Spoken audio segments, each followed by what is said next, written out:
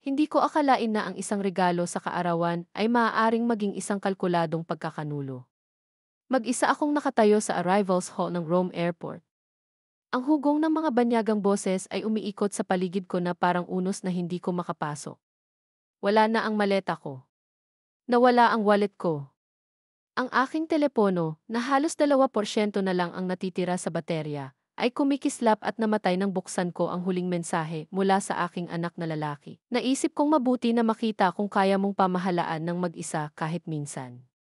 Maligayang kaarawan, nanay. For once, after everything I gave him, a slump on a bench, did my body frozen with disbelief, but a heart burning. I stared down at the empty hands, like I could will them to produce answers.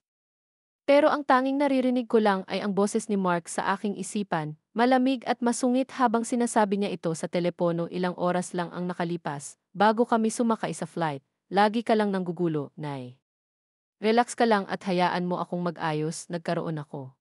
Hinayaan ko siyang dalhin ang aking mga dokumento sa paglalakbay, iginiit niya. Akala ko ay sa wakas ay kukunin na niya ang reins, bilang ang uri ng anak na lagi kong inaasahan na paglaki niya. At ngayon nandito ako, stranded, 70 years old, mag-isa sa ibang bansa. Ang lakas ng tibok ng puso ko na parang gustong kumawala sa dibdib ko. Naramdaman ko ang pagtaas ng takot na bumabalot sa aking lalamunan. Ngunit sa ilalim nito may iba pa, galit. Hindi lang kay Mark kundi sa sarili ko. Para sa bawat oras na sinabi kong kapag gusto kong sabihin na hindi. Para sa bawat oras na nag-aabot ako ng pera, hayaan siyang humiram ng aking kotse, tinakpan ang kanyang mga kabiguan, nakumbinsi ang aking sarili na iyon ang ginawa ng mga ina. Naniniwala ako na ang paglalakbay na ito ay isang kilos ng pagmamahal, isang pasasalamat sa pagpapalaki sa kanya ng mag-isa pagkatapos mamatay ang kanyang ama. Ngunit hindi ito isang regalo. Ito ay isang pagsubok. At sa mga mata niya, nabigo na ako. Ipinulupot ko ang aking mga braso sa aking sarili, hindi para sa init, kundi para sa proteksyon. Gusto niyang makita kung kaya kong mag-isa. Fine, I would manage, pero hindi para sa kanya. Hindi para patunayan ang anuman para sa akin, at pagsisisihan niya ang pagtatanong kung kaya ko. Ang katarantaduhan ng lahat ng ito ay lalong tumama sa akin nang maalala ko kung saan ako napunta 7 araw lang ang nakalipas. Nakayapak sa aking bakuran sa California, pinuputol ang mga rosas sa ilalim ng araw. Humuhuni sa mga maya na parang isang matandang tanga. Nagring ang phone at si Mark iyon. Mainit ang boses niya, kakaiba. Happy early birthday, Mom, sabi niya. Mayroon akong espesyal para sa iyo. Naalala ko na nalaglag ko ang mga gunting sa pruning. Italy, anunsyo niya. Rome. Binigyan na kita ng tiket. Noon pa man gusto mong pumunta, di ba? Agad na tumulo ang mga luha sa mata ko. Siyempre, mayroon ako. Alam iyon ni Mark. Nakinig siya sa lahat ng mga taon na ang nakalilipas nang basahin ko ang tungkol sa mga akedat ng Romano sa kanya sa silid-aklatan nang nagliwanag ako sa pakikipag-usap tungkol sa Colosseum. Naalala niya. Akala ko naaalala niya. Akala ko mahal niya ako. Napasigaw ako na parang bata. Sinabi ko sa kanya na magsisimula akong mag-impake ng gabing iyon. Ilang araw akong maingat na nagtitiklop ng mga scarves at blouse na hindi ko isinusuot sa loob ng maraming taon, na nagwiwisik ng tubig ng lavender sa aking travel pillow na parang magdadala sa akin ng swerte. Lumabas pa nga ako at bumili ng 2 regalo para sa kanyang mga anak, maliit na handmade bookmark at Italian coloring books. Isinilid ko sila sa aking bag gamit ang nanginginig na mga kamay, naimagine ko na ang kanilang masasayang mukha. Parang lahat ng isinakripisyo ko, ang overtime shift sa ospital, ang mga birthday dinner na niluto kong mag-isa, ang nakasangla na singsing para tumulong sa kanyang tuition, ay sa wakas ay bumalik sa akin sa isang mapagbigay at maalalahaning galaw. Nang gabing iyon, umupo ako sa aking balkonahe at humihigop ng chamomile tea at mumingiti sa walang partikular na bagay. Naisip ko, nagbago na siya. Ibinulong ko pa ito ng malakas, he's growing up. Siguro may ginawa akong tama pagkatapos ng lahat. I should have seen it, the way he dodged questions when asked about the itinerary, how he flinched when mentioning seeing the Vatican together. Magiging abala ako sa trabaho, sabi niya. Pero magiging masaya ka sa kaarawan ko. Still, I brushed it off dahil ginagawa iyon ng mga nanay, di ba? Naghahanap kami ng mga silver lining kung saan may kalawang lang. Sinasabi natin sa ating sarili na ang katahimikan ay kabaitan, na ang kasinungalingan ay hindi pagkakaunawaan lamang. Pero ngayon alam ko na hindi iyon pagmamahal. Iyon ay pain. At nilunok ko na ito ng buo. Ang unang pagkabalisa ay pumasok sa paliparan. Halos hindi ako kinakausap ni Mark habang nagmamaneho doon, nakadikit ang mga mata niya sa phone niya, walang tigil ang pagpindot ng mga daliri. Sinubukan kong basagin ang katahimikan sa pamamagitan ng mahinang satsat, nagtatanong kung gusto niyang ibalik ko ang anumang espesyal o kung mayroon siyang mga rekomendasyon para sa mga Romanong cave. Umiwas siya ng tingin, bumulong, mag-enjoy ka na lang, mom, bago bumalik sa katahimikan. Sa hapunan sa gabi bago ang flight, ang aking kaarawan na hapunan, inaasahan ko ang pagtawa, maaaring isang toast, marahil kahit na cake, ngunit ang mesa ay kalahating walang laman.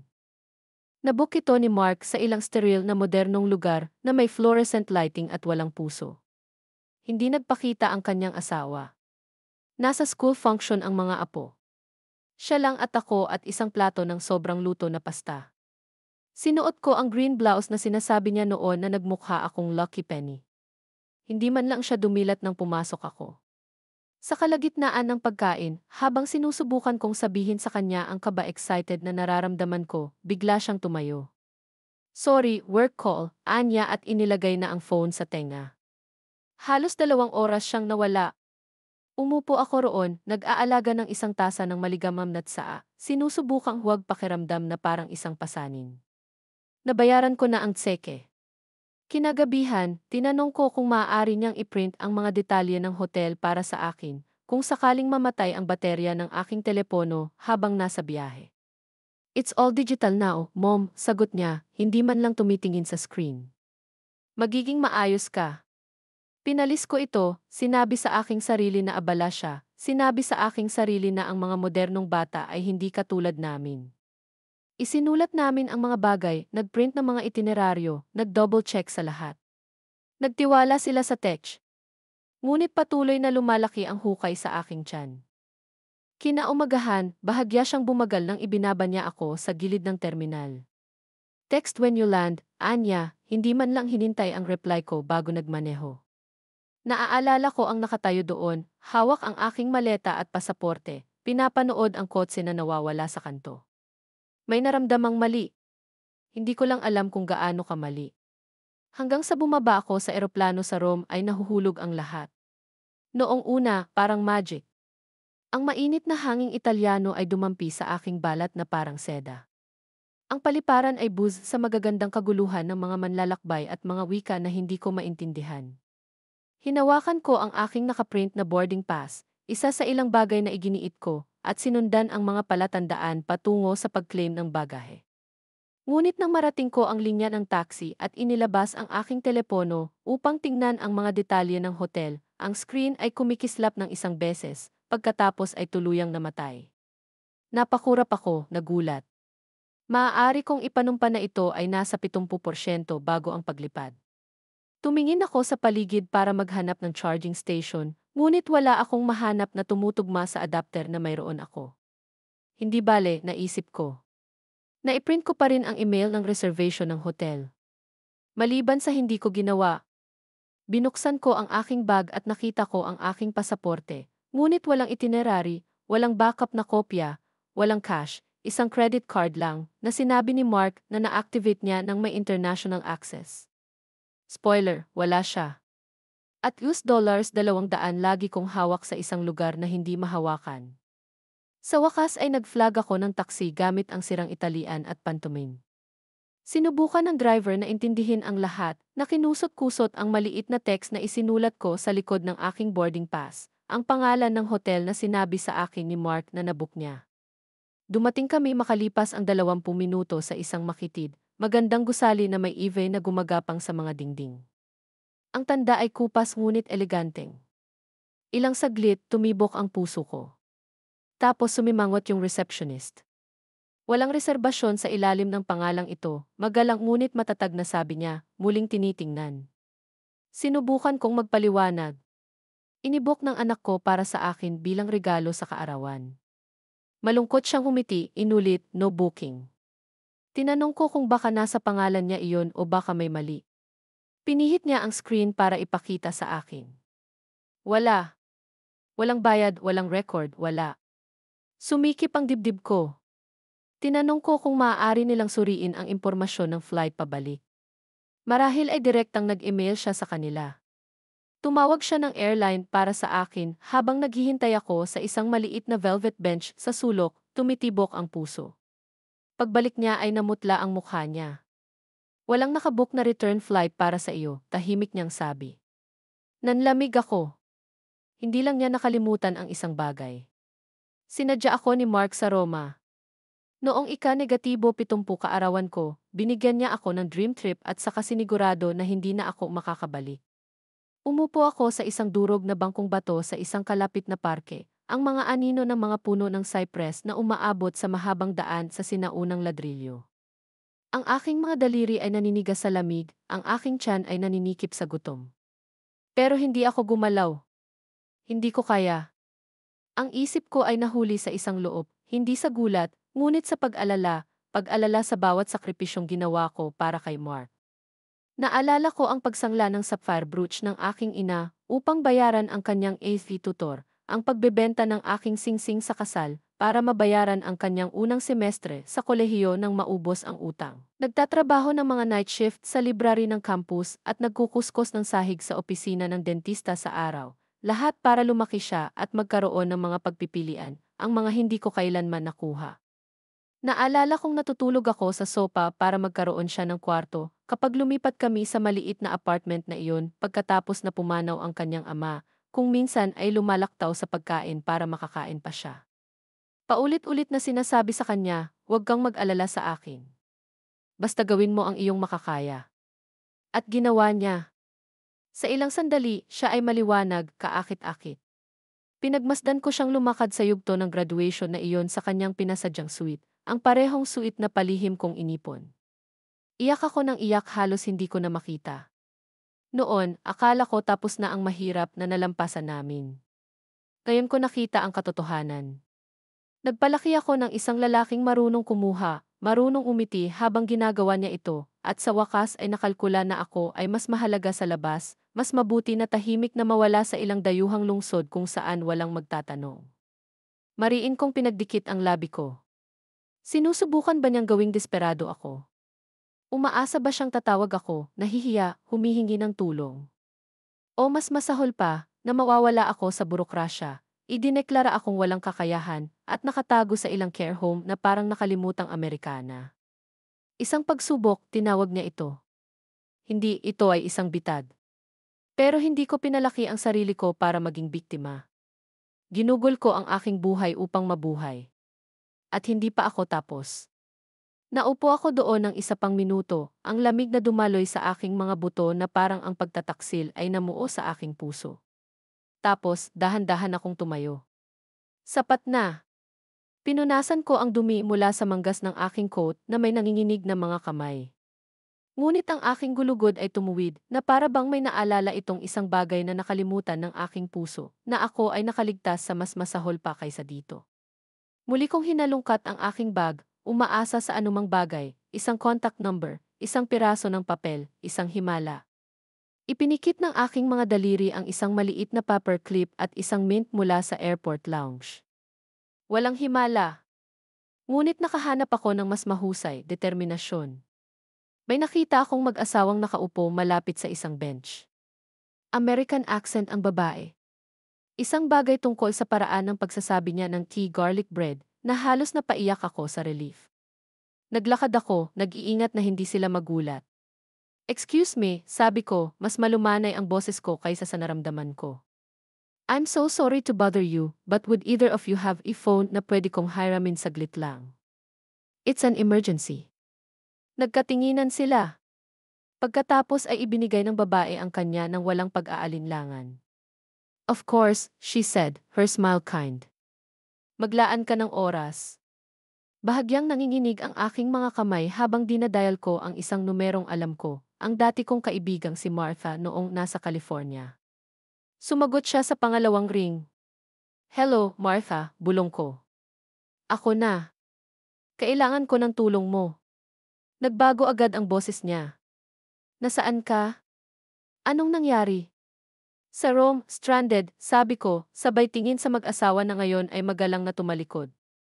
Please, pwede ka bang pumunta sa bahay ko, tingnan kung may pinakialaman at tawagan si Amy Daniels, ang aking abogado. Sabihin mo sa kanya na kailangan ko siyang alerto. At isa pa, pakidiligan ang mga rosas. Dolores, panimula niya, ang boses niya ay may pag-aalala. I'm fine, sabi ko, mas matatag na ngayon. Kailangan ko lang umuwi tapos ako na ang bahala sa iba. Ibinalik ko ang telepono sa dalaga na tumingin sa akin na parang may nakitang pagbabago, hindi awa, hindi pagkalito, kundi paggalang. At iyon, naisip ko, ay isang simula. May nakita akong maliit na cave na nasa pagitan ng dalawang bookstore. Kupas na ang awning nito, ngunit ang init nito ay parang yakap na hindi ko alam na kailangan ko. Pumasok ako sa loob, nagpapasalamat sa tahimik na lagaslas ng porselana at sa bango ng matapang na espresso. Ang barista ay hindi gaanong nagsasalita ng Ingles, ngunit itinuro ko ang pinakamurang kape at umupo sa isang sulok na mesa. Ang mga balikat ay yumuko laban sa pagtaas ng tubig ng kawalan ng katiyakan. Nagkaroon sila ng Wi-Fi. Binasbasan ko sila sa ilalim ng aking hininga. Medyo natagalan pero nakakonekta ako. Patay ang aking telepono, ngunit mayroon pa rin akong lumang Gmail account at, mabuti na lang, naalala ko ang password. Dahan-dahang gumalaw ang mga daliri ko sa hiniram na tablet na pinayagan ako ng barista na gamitin at ang nahanap ko ay nagpaikot-ikot sa tiyan ko. Sinabi ni Mark sa buong pamilya na nadudulas ako, hindi lang sa paraang nag-aalala, kundi sa kalkulado, sinasadyang mga email sa aking pamangkin na si Claire, sa aking bayaw na si Walter, maging kay Martha. Inuulit niya ang mga kwento, isinulat niya. Nakalimutan niyang magbayad ng buwis noong nakaraang taon. Nagsisimula na akong mag-alala na hindi siya maiiwan mag-isa. At naroon ito, banayad ngunit mapanlin lang. Siya ay nagpinta ng isang larawan, isang suntok sa isang pagkakataon, ng isang matandang babae na nawawala sa kanyang pagkakahawak, isang salaysay na magagamit niya upang kumbinsihin ang mga korte, ang mga bangko, at sinumang maaaring magtanong. Kailangan niya ng tulong. Hindi niya kayang pamahalaan ng mag-isa. Naghahanda siyang agawin ang power of attorney. Biglang nagkaroon ng kahulugan ang pagsubok. Gumawa siya ng krisis, pagkatapos ay nagplanong iligtas ako, gamit ang gulo na ginawa niya bilang patunay na kailangan ko ng pangangasiwa. Kapag nagkaroon na siya ng legal na kontrol, ma-access niya ang lahat, ang aking mga account, ang aking bahay, ang mismong buhay na aking binuo ng bato sa bato. Umupo ako roon, natulala, ang ningning ng screen ng tablet ay lumalabo habang ang mga luha ay natipon sa aking mga mata hindi dahil sa kahinaan, ngunit mula sa lubos na katapangan ng lahat ng ito. Sinubukan niya akong burahin bago pa man ako mawala. Pero hindi niya alam kung sino ang kinakaharap niya. Nag-click ako sa buksan ang isa pang tab, binuksan ang email address ni Amy Daniels, at nag-type ng maghanda para sa hamon ng kapangyarihan ng abogado. Kailangan ng agarang aksyon. Pagbabalik asap. Pinindot ko ang send. Pagkatapos ay umupo ako pabalik, pinapanood ang singaw na kumukulot mula sa aking tasang espresso na parang usok bago ang isang bagyo. Tiyak na tiningnan ko kung ano ang nararamdaman ko, nawala, nanginginig, sinaunang, dahil ang babae sa katabing mesa ay patuloy na sumulyap, kumunot ang kanyang noo sa pag-aalala. Mukha siyang Amerikano, late 50, smart wool coat, matinong sapatos, ang uri ng mukha na likas mong pinagkakatiwalaan. Maya-maya, tumayo siya at lumapit. Excuse me, malumanay niyang sabi. Ayos ka lang ba? Mabilis akong tumango, saka umiling, saka sinubukang ngumiti at nabigo. Nagkaroon ako ng kakaibang araw, sabi ko. Umupo siya nang hindi naghihintay ng pahintulot. Ako si Linda, sabi niya. Hindi mo kailangang magsalita kung ayaw mo, ngunit kung gagawin mo, ako ay isang mabuting tagapakinig. Marahil ito ang paraan ng kanyang sinabi, tahimik, tiyak, na parang nakita niya ang higit pa sa kanyang bahagi ng pagkasira.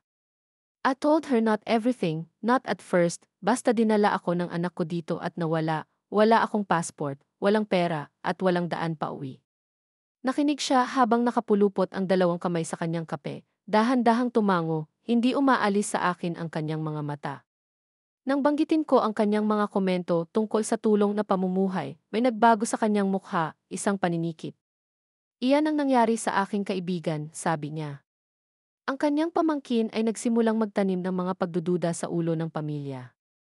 Ang sumunod na nalaman niya, lilipat na ito sa kanyang bahay at may ganap na kontrol sa kanyang pananalapi. Napalunok ako. Anong ginawa niya? Nagalit siya, sabi ni Linda. May abogado, binawi ang bawat pulgadang ninakaw niya. Dumukot siya sa kanyang bag at naglabas ng wallet. Look, I don't want to offend you, but have enough for a return ticket. Let me help. Ipinilig ko ang ulo ko, namumugto ang mga mata. Hindi kita papayagan. Hindi mo ako pinapayagang gumawa ng kahit ano, sabi niya. Nag-aalok ako. May pagkakaiba. Napapaligiran ako ng mga taong tumulong lamang kung ito ay nakinabang sa kanila. Walang gusto ang babaeng ito para lang makauwi ako. Isinulat niya ang kanyang numero, pinindot niya ang ilang mga bill sa aking kamay at pinisil iyon.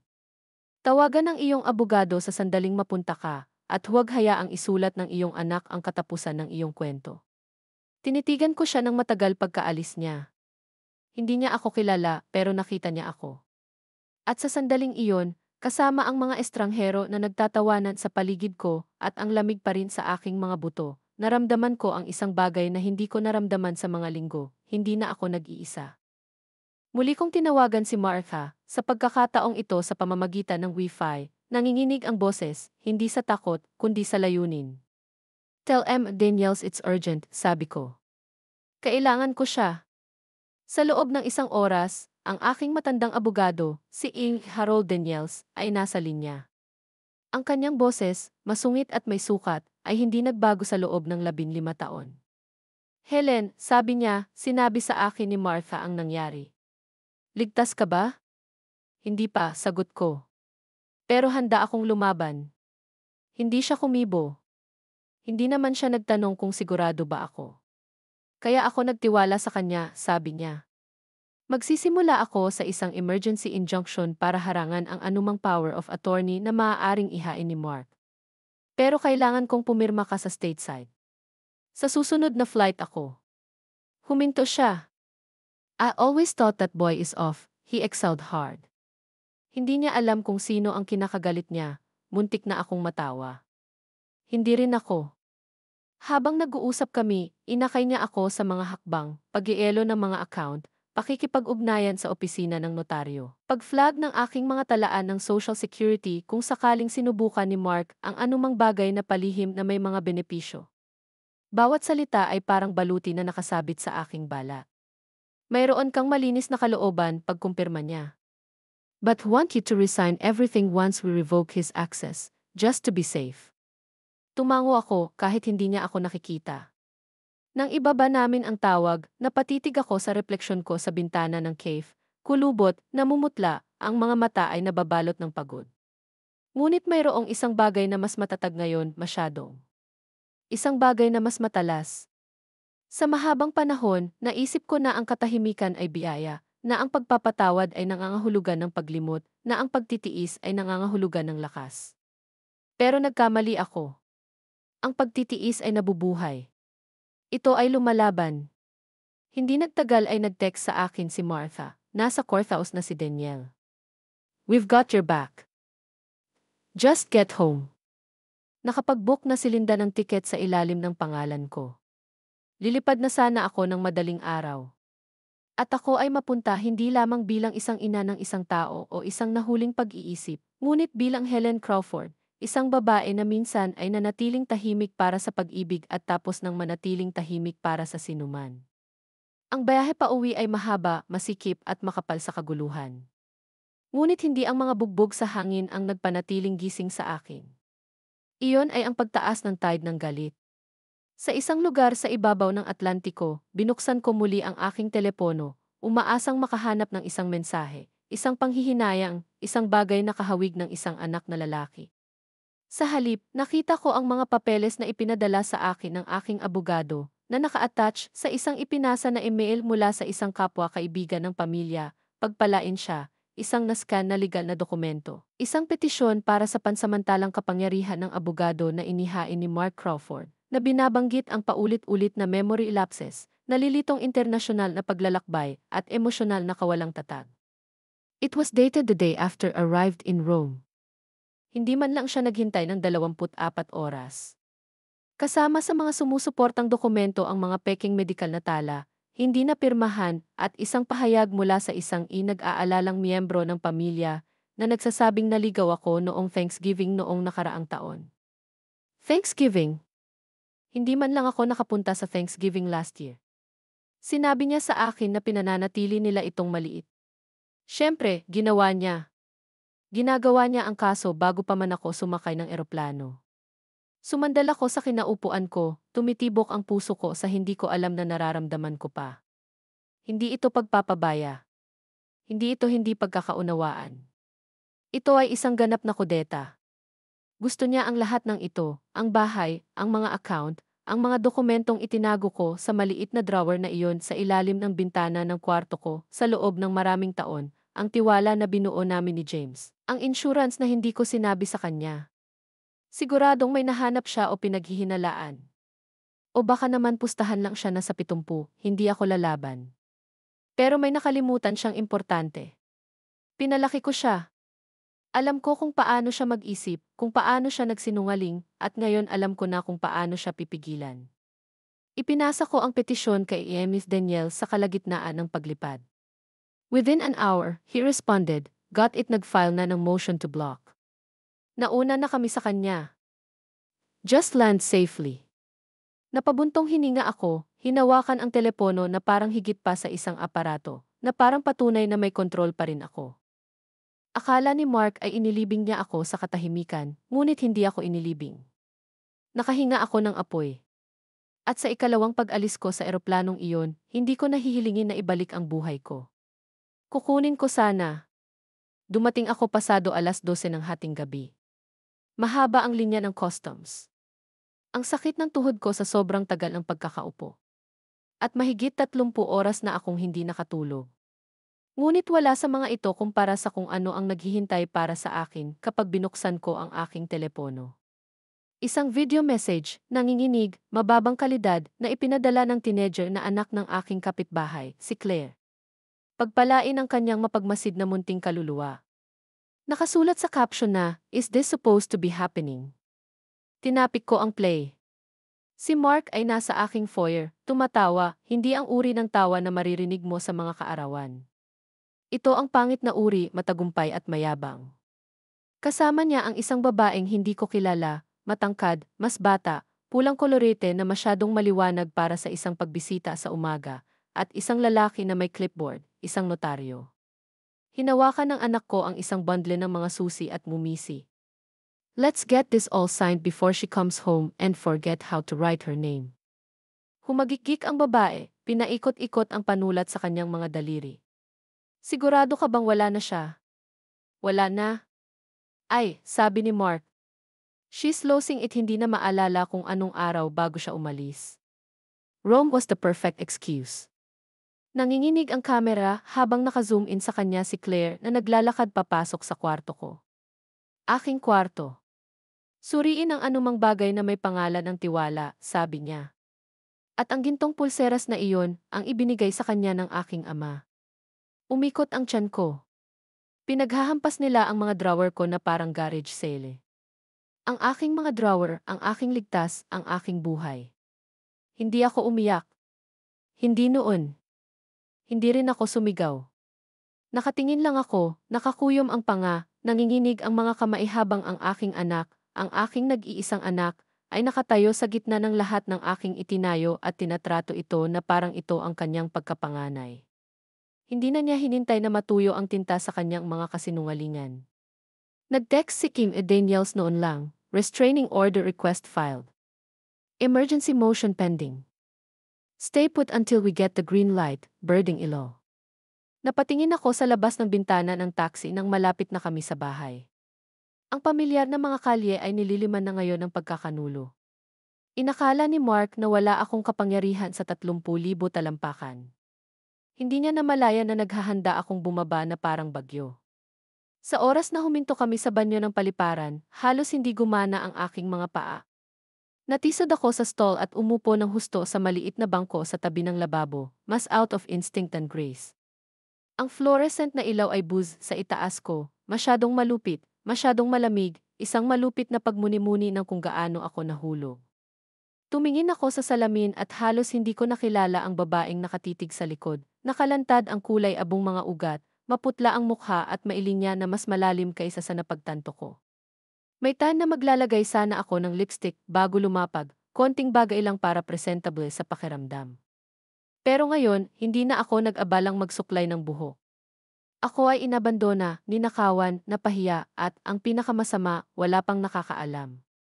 Paano kung hindi nila ako pinaniwalaan? Paano kung ang kwento ay parang napakabaliw, masyadong madrama? Isang ina na naiwan sa ibang bansa, ang kanyang bahay ay sumalakay, tanong ng kanyang isip. Sinong maniniwala dyan? Diniinan ko ang malamig na tubig sa aking pisngi at sinubukang huminga ng mabagal, papasok sa ilong, palabas sa bibig, tulad ng sinabi sa akin ng therapist pagkatapos mamatay si James.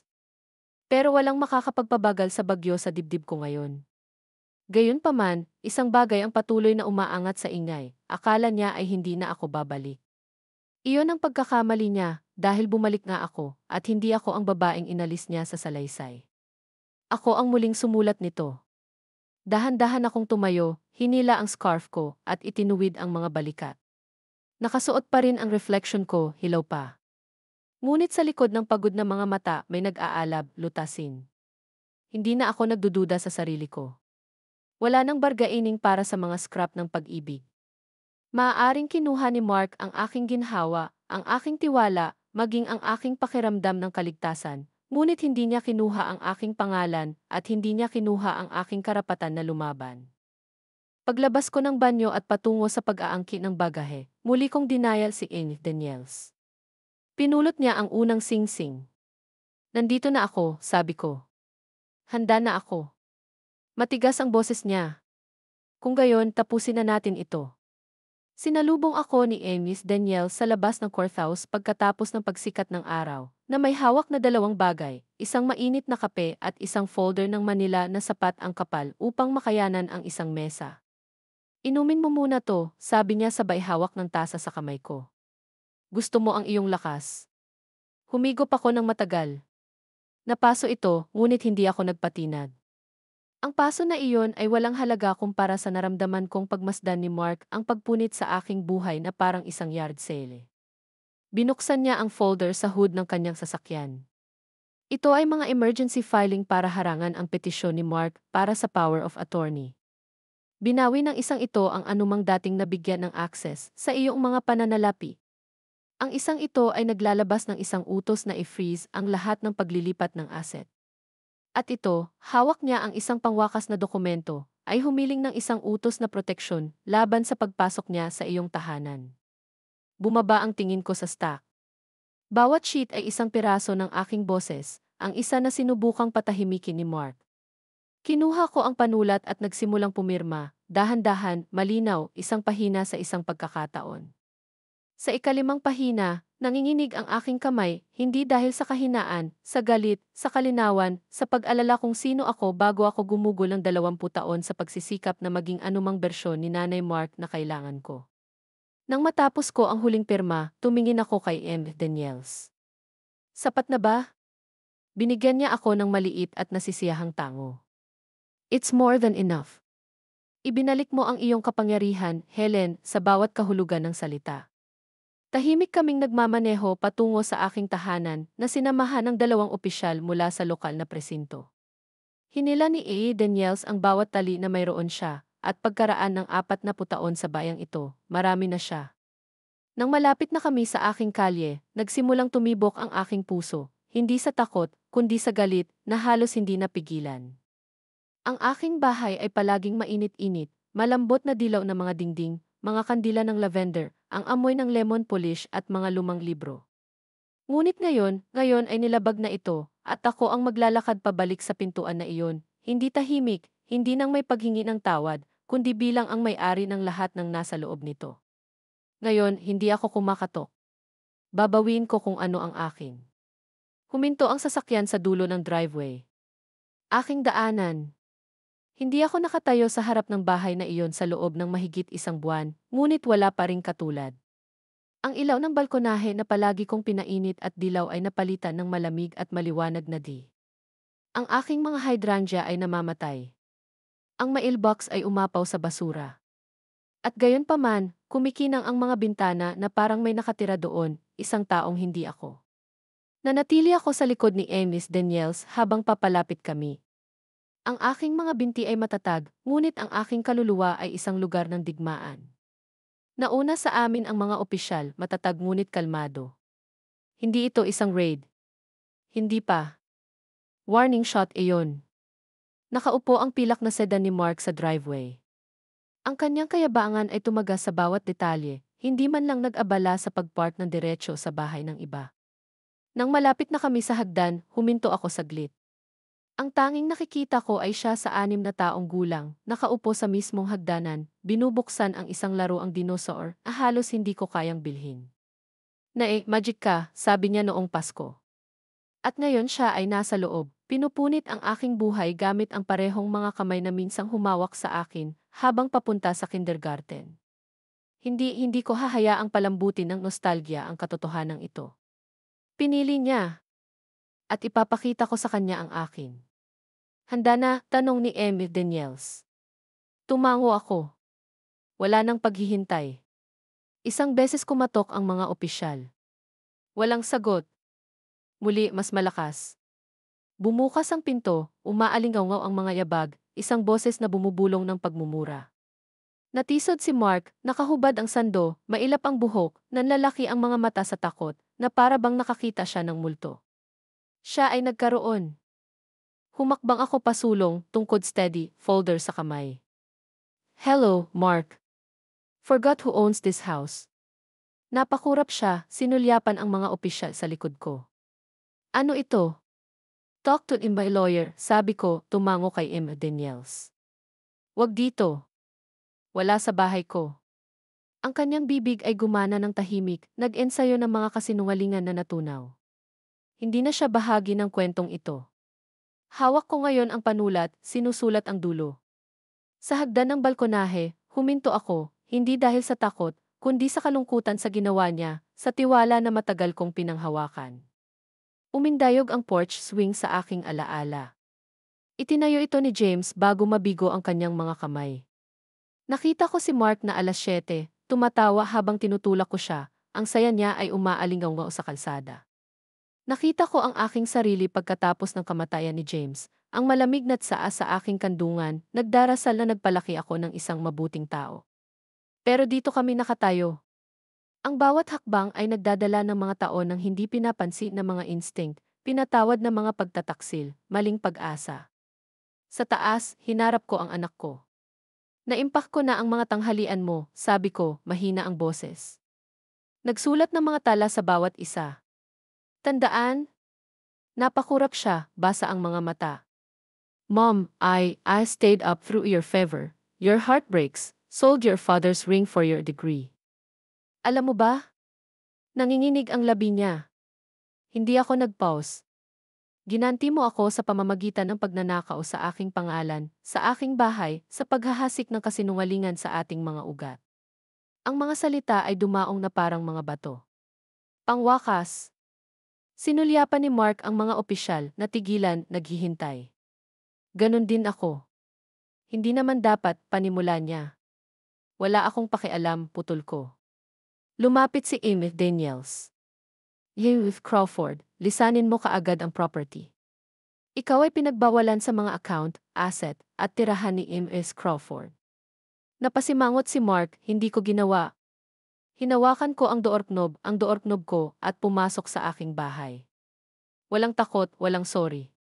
Ang pag-ibig na walang paggalang ay pang-aabuso lamang sa pamilyar na balat. Inabot ni Emil Daniels kay Mark ang isang sobre. Temporary restraining order. Stay 100 feet from M.S. Crawford and this house. Understood. Umindayog si Mark, namutla. Napatingin ako, walang tigil. Inakay siya ni Officer Garcia palabas. Hindi ako umiyak o sumigaw. Tumayo ako ng matatag.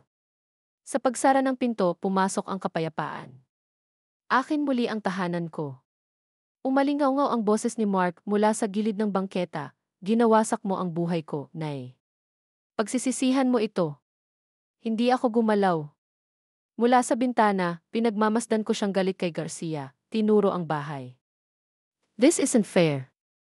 I've built this life for you. Walang luha, walang tawa. Wala siyang itinayo. Mayroon akong bahay, tiwala, buhay. Kinuha niya lang. Ibinaba ni Emis Daniels ang mga papeles ng hukuman. Tatahimik siya. Kung hindi, na-lock out siya, legal, financially, tumango ako. Salamat. Humirit ang kotse ni Mark, isang tantrum sa mga gulong. Umupo ako sa upuan ko, pagod pero sa akin. Ngumiti si Emis Daniels. Magaling ka, Helen. Hindi, sabi ko. Tama ang ginawa ko. Umalis siya. Niyakap ako ng katahimikan, hindi mabigat, ngunit buo. Maaaring sumigaw, magsinungaling, o subukang muli si Mark, ngunit gagawin niya ito mula sa labas. Sa aking bahay, ang pagmamanipula ay walang lugar. Ang mga sumunod na araw ay malabo ng mga legal na paghaharap at tahimik na mga tagumpay. Mabilis na kumilos si Enid Daniels. Ang kanyang opisina, isang kuta ng mga gawaing papel, ay sumasangga sa aking tahanan, sa aking mga account, sa aking pangalan. Ang petisyon ni Mark para sa power of attorney ay natigil bago ito makakuha ng traksyon.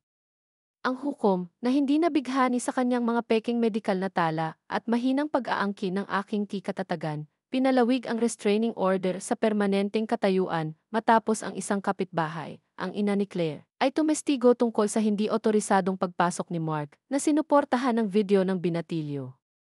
Hindi tumigil si Mark. Nagpadala siya ng mga email sa pamilya, pininturahan ang kanyang sarili bilang biktima, sinasabing nasiraan ako ng isip at tumalikod sa kanya. Ngunit ang mga kasinungalingan ay nabuksan ng mas mabilis kaysa sa maaari niyang paikutin ang mga ito. Pinagsama-sama ni Martha ang aking pamangkin na si Claire at ang bayaw na si Walter na ipinakita sa kanila ang ebidensya, mga record ng bangko na nagpapakita ng mga hindi otorisadong pag-withdraw, ang peking booking ng hotel, ang hindi umiiral na flight pabalik. Pinuto nila ang pakikipag-ugnay sa kanya, ang kanilang katahimikan ay mas malakas kaysa sa anumang pagtatalo. Lumiit ang kanyang mundo. Sinibak siya ng kanyang amo nang lumabas ang mga aligasyon ng pandaraya, ang kanyang reputasyon bilang isang maaasahang konsultant ay gumuho. Ang mga post sa social media mula sa mga dating kaibigan ay tumigil sa pagtag sa kanya. Umalis ang kanyang asawa, dinala ang mga bata, hindi gustong itali ang sarili sa kanyang lumulubog na barko. Narinig ko kay Claire na lumipat siya sa isang murang motel, ang kanyang silver sedan na ngayon ay kabit sa parking lot. Hindi ako natuwa. Hindi ako nagluksa. Naramdaman ko ang bigat ng lahat ng ito, bumuhos ang ilang dekada ng pagmamahal sa isang anak na nakakita sa akin bilang isang paraan sa isang wakas. Pero nakaramdam din ako ng kalayaan. Akin na ulit ang bahay. Pinalitan ko ng mainit na dilaw ang malamig na disc porch light. Binuhay ko ang mga hydrangea, ang kanilang mga pamumulaklak ay lumalaban sa kapabayaan. Na-clear ang mailbox, muling nagsindi ang mga kandila ng lavender. Umupo ako sa swing ng balkonahe, mainit ang tsaa sa aking mga kamay, at pinanood ang pagbabalik ng mga maya. Tumawag si Emis Daniels sa huling pagkakataon. It's over, Helen. Full control restored. He can't touch you now. Salamat, sabi ko, panay ang boses. Binaba ko ang tawag at tumingin sa swing, yung swing ni James. Nakita ko si Mark alas 7, humahagigik habang tinutulak ko siya. Nakita ko ang aking sarili na nag-iisa pagkamatay ni James, nagdarasal na nagpalaki ako ng isang mabuting tao. Ako ay hindi, ngunit pinalaki ko ang aking sarili at iyon ay sapat na. Baka subukang muli ni Mark balang araw, mga bagong kasinungalingan, mga bagong pakana, ngunit makakahanap siya ng nakalock na pinto, isang babaeng hindi na nakayuko. Tumayo ako, naghilamos ng kamay at pumasok sa loob. Ang aking tahanan, ang aking kwento.